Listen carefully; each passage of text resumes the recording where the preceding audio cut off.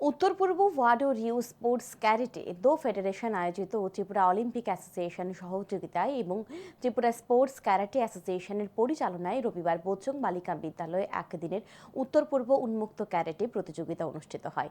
এই প্রতিযোগিতায় উত্তর পূর্বাঞ্চলে 4টি রাজ্য থেকে 175 জন খেলোয়াড় অংশগ্রহণ করে। এই প্রথমবার রাজ্যে অনুষ্ঠিত হল উত্তর পূর্বাঞ্চল উন্মুক্ত ক্যারাটে প্রতিযোগিতাকে কেন্দ্র করে উপস্থিত ছিলেন আগরতলা প্রেস ক্লাবের সভাপতি প্রণব সরকার, আগরতলা পুর নিগমের কর্পোরেটর হিমানী দেববর্মা, প্রান্তিক ক্লাবের সম্পাদক দিব্যেন্দু দত্ত, ত্রিপুরা স্পোর্টস ক্যারেটে অ্যাসোসিয়েশনের সচিব কৃষ্ণ সূত্রধর সহ অন্যান্যরা। এদিন প্রতিযোগিতার উদ্বোধনী অনুষ্ঠানে বক্তব্য রাখতে গিয়ে আগরতলা প্রেস ক্লাবের সম্পাদক প্রণব সরকার ক্যারেটের গুরুত্ব তুলে ধরেন। তিনি বলেন, আত্মরক্ষার জন্য ক্যারেটে চালু হয়েছিল।